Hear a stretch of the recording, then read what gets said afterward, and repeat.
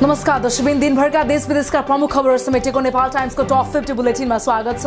म जिना कार्की। सुरु गरौं आजका प्रमुख खबरहरू। नेपालमा गएको 24 घण्टामा 13,145 जनामा गरिएको परीक्षणमा थप 3,540 जनामा कोरोना संक्रमण पुष्टि। आजै 6,359 जना संक्रमण मुक्त।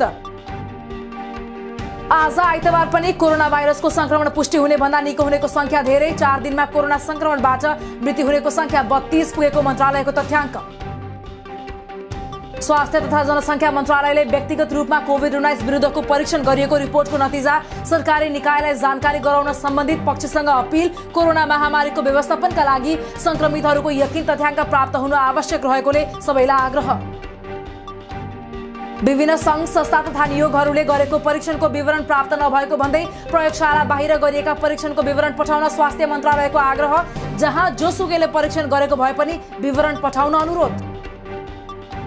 राजनैतिक रूपमा आगामी जेठ मसान्तभित्र स्थानीय तहको निर्वाचन गर्न सत्ता साझेदार दल तयार भए पनि कानुनी अन्योलताको बहस सुरु। कानुनी जटिलताको अन्योलता नहटेसम्म स्थानीय निर्वाचनप्रति ढुक्क हुने अवस्था नरहेको विज्ञहरूको टिप्पणी।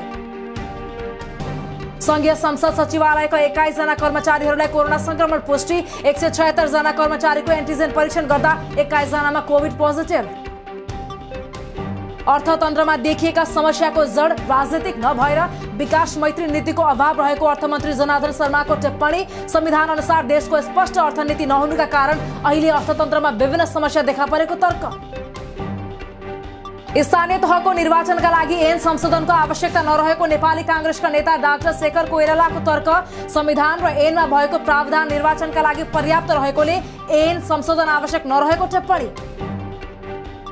आज शहीद दिवस। प्रजातन्त्र स्थापना एवं पुनर्स्थापनाका लागि जीवन बलिदान दिनेहरूको सम्झनामा विभिन्न कार्यक्रम गरी दिवस मनाइयो। कोभिडका कारण साताव्यापी कार्यक्रम औपचारिकतामै सीमित। शहीद अभिलेख तयार पार्न प्रधानमन्त्री शेरबहादुर देउवाको निर्देशन। शहीदले गरेको त्याग र बलिदानका कारण मुलुकमा ठूलो राजनीतिक परिवर्तन सफल भएको र शहीदले परिकल्पना गरे अनुसारको समृद्ध राष्ट्र निर्माण गर्न सरकार प्रतिबद्ध रहेको उल्लेख। यसअघि माघ 17 गतेका लागि बोलाइएको राष्ट्रसभाको बैठक पुनः अनिश्चितकालका लागि स्थगित। विशेष कारणवश तोकिएको समयमा बैठक बस्न नसकेकाले अर्को सूचना नभएसम्मका लागि स्थगित गरिएको सचिवालयको भनाइ। कोभिड-19 संक्रमणको जोखिम यथावत रहेको कारण आजका लागि बोलाएको प्रतिनिधि सभाको बैठक स्थगित। बैठक आउँदो 26 गते बस्ने। संसद बैठक स्थगित भएसँगै आजका लागि बोलाएको कार्यव्यवस्था परामर्श समितिको बैठक पनि स्थगित। प्रतिनिधि सभाको चालू अधिवेशनबाट अमेरिकी सहयोग सम्बन्धी परियोजना एमसीसी पारित गर्नुपर्ने बाध्यतामा आफू रहेको प्रधानमन्त्री शेरबहादुर देउवाको भनाई। एमसीसी पास नभए 5 दलीय गठबन्धन टुट्ने चेतावनी। खानेपानी महसुल निर्धारण आयोग गठन गर्ने सरकारको तयारी। राज्यको ठूलो लगानी भइसकेको र अलपत्र परेका आयोजनालाई पूर्णता दिन नीतिगत सुधारका लागि प्रक्रिया अघि बढाइएको खानेपानी मन्त्री उमाकान्त चौधरीको भनाई। मन्त्रालय मातहातमा सरकारको भौतिक सम्पत्तिहरू निजी क्षेत्रलाई प्रयोग गर्न नदिने शिक्षा मन्त्री देवेन्द्र पौडेलको भनाई। केशर महलको निरीक्षणपछि महल परिसरमा रहेको जमिन निजी क्षेत्रलाई प्रयोजनको लागि नदिने प्रश्न। सरकारद्वारा वैदेशिक रोजगारीका समस्या सम्बोधन हुने गरी पुनः कल सेन्टर स्थापना। आइतबार सेवाग्राहीको गुनासो सुन्दै श्रम रोजगार तथा सामाजिक सुरक्षा मन्त्री कृष्ण कुमार श्रेष्ठद्वारा 24 घण्टे कल सेन्टरको शुभारम्भ। 6 जना कर्मचारीले 24 घण्टा सेवा दिने। सर्वोच्च अदालतले धरोटी घटाइदिएपछि राजस्व ठगीको आरोप लागेका बाराका उमाशंकर रायभर रिहा। 28 करोड राजस्व ठगीको आरोपमा पक्राउ परेका माग गरिएको 75 लाख धरोटी बुझाउन नसकेर थुनामा परेका रायभर अहिले 25,000 रुपियाँमा धरोटीमा रिहा। पूर्व प्रधानमन्त्री एवं एमाले अध्यक्ष केपी शर्मा ओली विरुद्धको जिल्ला प्रशासन कार्यालय भक्तपुरमा उजुरी। कोरोना संक्रमित हुँदाहुँदै सार्वजनिक कार्यक्रममा हिँडेको भन्दै ओलीलाई कानून बमोजिम कारवाही गर्न माग। 21 माघमा देशभर विरोध प्रदर्शन गर्ने मोहन वैद्य नेतृत्व नेकपा क्रान्तिकारी माओवादीको निर्णय।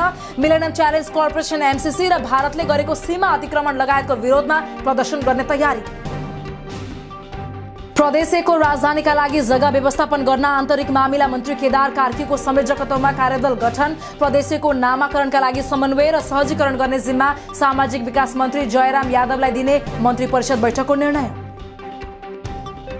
तत्काल स्थानीय तहको निर्वाचन घोषणा गर्न नेकपा एमालेको किसान संगठन अखिल नेपाल किसान महासंघको माग। कार्तिक पहिलो साता आएको अविरल वर्षा बाढी र डुबानका कारण क्षति बेहोरेका किसानलाई राहत दिन पनि आग्रह। राष्ट्रिय प्रजातन्त्र पार्टी राप्रपाका अध्यक्ष राजेन्द्र लिङदेनद्वारा 2 महामन्त्री र 2 उपाध्यक्ष सहित 24 पदाधिकारीको मनोनयन। प्रवक्ताको जिम्मा 4 जनालाई अध्यक्षले पार्टीलाई भित्तामा पुर्याउन खोजेको कमल थापाको आरोप। कांग्रेसको भातृ संस्था नेपाल आदिवासी जनजाति संघका केन्द्रीय सभापति इन्द्रबहादुर गुरुङले दिए राजीनामा। पार्टीले आफ्नो समुदायलाई सहयोग नगरेको भन्दै गुरुङ असन्तुष्ट। अघिल्लो सरकारले खारेज गरेको चाडपर्वका विदालाई अहिलेको सरकारले मौन समर्थन गरेको आरोप। नेकपा मसालको चुनावी मोर्चा राष्ट्रिय जनमोर्चा पनि विभाजित। हालको नेतृत्व दक्षिणपन्थी भाषमा फसेको भन्दै असन्तुष्ट नेताहरूद्वारा कृष्णराज पौडेलको नेतृत्वमा 51 सदस्यीय समानान्तर समिति गठन। कर्णाली प्रदेश सभामा राष्ट्रिय प्रजातन्त्र पार्टी राप्रपाकी सदस्य सोशिला शाही आफ्नो पार्टीलाई प्रदेश सभा बैठकमा सिट व्यवस्थापन नगरेको भन्दै बैठकबाट बाहिरिन्। प्रदेश सभामा राप्रपालाई स्थान नदिएको भन्दै आक्रोश व्यक्त। कोरोनाको जोखिम कायम रहेको जनाउँदै काभ्रेपलाञ्चोक जिल्ला प्रशासनले 1 हप्ताका लागि आफ्नो सेवा प्रवाह स्थगनको समय बढायो। रोसी गाउँपालिकाले आजबाट 12 अनुसार सेवा सञ्चालन गर्ने। कोरोना महामारी बढेसँगै जिल्ला कारागार कार्यालय रामेछापले लगाए कैदी बन्दीसँग भेटघाट प्रतिबन्ध। संक्रमण दर कम भएपछि कैदी बन्दीसँग आफन्तहरूको भेटघाट जारी राख्ने उल्लेख। बालाजु बाइपासमा हटाइएका 39 घर परिवारलाई पुनर्स्थापना गराउन माग। बाटो साँघुरो भएको न्युमा 39 घर परिवारलाई प्रचलित अदालतको आदेश उल्लङ्घन गरी हटाइएको भन्दै सडक विस्तार पीडित संघर्ष समितिद्वारा सोही स्थानमा पुनर्स्थापना गराउन माग। मोरङको धनपाल स्थित उखुबारीमा खाल्डो खनेर गाडिएको 2 व्यक्तिको शव पहिचान खुल्यो। 2 मृतक एकअर्काका साथी रहेको खुलासा। खाल्डोमा भेटिएको शव सप्तरीको शम्भुनाथ नगरपालिकाका शम्भु चौधरी र धरान घर भएका राजेन्द्र कुमार श्रेष्ठको रहेको पुष्टि। सोलुखुम्बुको सोलुखोला दुधकोशी जलविद्युत आयोजनाको सुरुङमा बेपत्ता कामदारको शव 3 दिनपछि भेटियो। निर्माणाधीन 86 मेगावाटको हाइड्रो पावरको सुरुङमा बिहिबारदेखि बेपत्ता 12 का 24 वर्षीय राकेश चौधरीको शव भेटिएको प्रहरीको भनाइ। 4 वर्षीय बालिका बलात्कारको आरोपमा कैलालीका एक किशोर पक्राउ। बालिकाको आफन्तले दिएको जाहेरीका आधारमा मोहनयाल गाउँपालिका वडा नम्बर 7 का 14 वर्षका किशोर पक्राउ। इलामको रोङमा पहिरोमा जीप दुर्घटनामा मृत्यु भएकाहरूको नगद र सुन हराएको मृतकका आफन्तको भनाई। दुर्घटनामा ज्यान गुमाएका झापाका 55 वर्षीय रमेश थापा र 40 वर्षीय सूर्यबहादुर थापाको साथमा रहेको करिब 4 लाख रुपैयाँ नगद र आधा तोलाको सुनको औँठी गायब। चोरी भएको बालकुमारी मूर्तिबारे सुराकी दिनेलाई नगद पुरस्कार दिइने। ललितपुरको सुनाकोठीको बालकुमारी माईको मूर्ति चोरी भएको 1 हप्ता बितिसक्दा पनि मूर्ति नभेटिएपछि सूचना दिने व्यक्तिलाई 5 लाख पुरस्कारको घोषणा। भारतबाट अवैध रूपमा मदिरा भित्राएर काठमाडौँ उपत्यकामा कारोबार गरेको आरोपमा 4 जना पक्राउ। पर्साका चन्द्र बखरेल, रविन पाखरिन सहित काठमाडौँका शैलेश पन्त र सर्लाहीका नारायण प्रसाद घिमिरे प्रहरी नियन्त्रणमा। आज पहाडी जिल्लाको मौसम आंशिकदेखि सामान्य बदली हुने मौसमविदको भनाई। देशभरको न्यूनतम तापक्रम घट्दो। रातको समयमा आकाश सफा हुन थालेसँगै चिसो झन बढ्ने। पूर्ण रूपमा मौसम खुल्न समय लाग्ने। काभ्रेपलाञ्चोक जिल्ला प्रशासन कार्यालयबाट आजदेखि विद्युतीय राहदानी वितरण सेवा सुरु। सो सेवा अहिले कोरोना संक्रमण जोखिमका कारण आगामी माघ 21 गतेसम्मका लागि अत्यावश्यक परेका सेवाग्राहीलाई मात्र वितरण गरिने। भैरवामा रहेको गौतम बुद्ध अन्तर्राष्ट्रिय विमानस्थलमा आउँदो फागुन 9 गते क्यालिब्रेसन फ्लाइट गर्ने तयारी। बुद्ध जयन्तीदेखि भने नियमित अन्तर्राष्ट्रिय उडान भर्ने पर्यटन मन्त्री प्रेम बहादुर आलेको भनाई। तेस्रो भेरिएन्ट फैलिएता पछिल्लो 1 साता यता बीपी कोइराला स्वास्थ्य विज्ञान प्रतिष्ठानको कोभिड अस्पतालमा 7 जना संक्रमितको मृत्यु। उपचार गर्दा गर्दै मृत्यु हुनेमा सुनसरीका 4 जना, मोरङ, झापा र सप्तरीका 1 जना। 3 जनाले कोभिड विरुद्धको खोप लगाएको जानकारी। बेलायतकी नम्बर 1 टेनिस स्टार एमआर रडुकानुलाई पछ्याएको आरोप लागेका अमृत मगर दोषी ठहर। मगरलाई के कति सजाय हुन्छ भन्ने कुरा आगामी हप्ता तय हुने। मगर रडुकानुको घरसम्म पुगेको सीसी क्यामेरामा कैद। कर्मचारीलाई कोरोना संक्रमण पुष्टि भएपछि जिल्ला प्रशासन कार्यालय दैलेखमा भोलि सोमबारदेखि 5 दिन कार्यालय बन्द। प्रशासन कार्यालयका 21 कर्मचारी मध्ये 4 जनालाई कोरोना संक्रमण भएको र सबैजसो कर्मचारीलाई लक्षण देखिएको प्रज्य हरि प्याकुरेलको जानकारी। भारतको जेलमा बिना सुनवाई 41 वर्ष जेल सजाय काटेका दुर्गा प्रसाद तिमसिनाको आमा धनमायाको निधन। उमेरले 87 वर्षीय धनमायाको आइतबार बिहान निधन भएको परिवारको भनाइ। सरकारले चालू आर्थिक वर्षको 6 महिना 15 दिनमा खर्च भन्दा आम्दानी धेरै गरेको तथ्याङ्क सार्वजनिक। महालेखा नियन्त्रक कार्यालयका अनुसार सरकारले 5 खर्ब 44 अर्ब रुपैयाँ खर्च गर्दा 6 खर्ब 16 अर्ब रुपैयाँ स्रोत खर्च भन्दा स्रोत प्राप्ति 72 अर्ब रुपैयाँ बढी।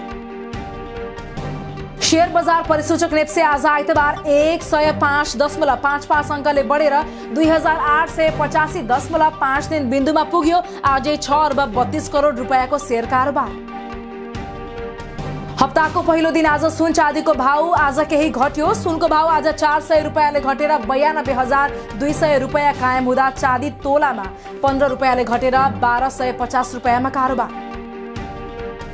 भारतमा पछिल्लो 24 घण्टामा 2,34,281 जना नयाँ कोरोना संक्रमित थपिए। 893 जना संक्रमितको मृत्यु। हाल भारतमा 18,84,937 जना सक्रिय संक्रमित। अमेरिकाको पूर्वी तटीय क्षेत्रमा भारी हिमपातका कारण 5 राज्यमा आपतकाल घोषणा। अत्याधिक हिमपातका कारण सडक, विद्युत र हवाई उडानहरू अवरुद्ध हुँदा शुक्रबारदेखि आइतबारसम्मको अवधिमा करिब 6,000 उडानहरू बन्द। अमेरिकी राष्ट्रपति बाइडेनले युक्रेनको अवस्थाबारे चिन्ता गर्न छाडेर आन्तरिक सीमा सुरक्षाको मुद्दामा ध्यान केन्द्रित गर्नुपर्ने पूर्व राष्ट्रपति ट्रम्पको सुझाव। बाइडेनले तेस्रो विश्वयुद्धको जोखिम सिर्जना गरिरहेको चेतावनी। अफगानिस्तानका पूर्व अधिकारीले भ्रष्टाचार गरेको सम्पत्ति जफत गर्न संयुक्त राष्ट्र संघको अफगानिस्तान मिसनको प्रस्ताव। अफगानिस्तानका धेरैजसो पूर्व सरकारी अधिकारीहरू भ्रष्टाचारमा संलग्न रहेको र अहिले विदेशमा विलासी जीवन बिताइरहेको टिप्पणी। उत्तर कोरियाद्वारा सन् 2017 यताकै सबैभन्दा ठूलो र 7औं क्षेप्यास्त्र परीक्षण। उत्तर कोरियाले आफ्नो पूर्वी तटबाट बिहान क्षेप्यास्त्र परीक्षण गरेको दक्षिण कोरियाद्वारा पुष्टि। र कोरोना भ्याक्सिनको विषयलाई लिएर क्यानाडाका प्रधानमन्त्री जस्टिन ट्रुडो विवादमा। क्यानाडाबाट अमेरिका जाने ट्रक चालकले अनिवार्य रूपमा कोरोना विरुद्धको भ्याक्सिन लाउनु पर्ने प्रस्तावको विरोध गर्दै 50,000 ट्रक चालकद्वारा ट्रुडोको घर घेरेपछि प्रधानमन्त्रीले सपरिवार घर छाड्नु पर्यो। दिनभरका देश विदेशका प्रमुख खबरहरू समेटेको नेपाल टाइम्सको टप 50 बुलेटिन अहिलेलाई सकियो। हामी भोलि फेरि टप 50 समाचारका साथ उपस्थित हुनेछौँ।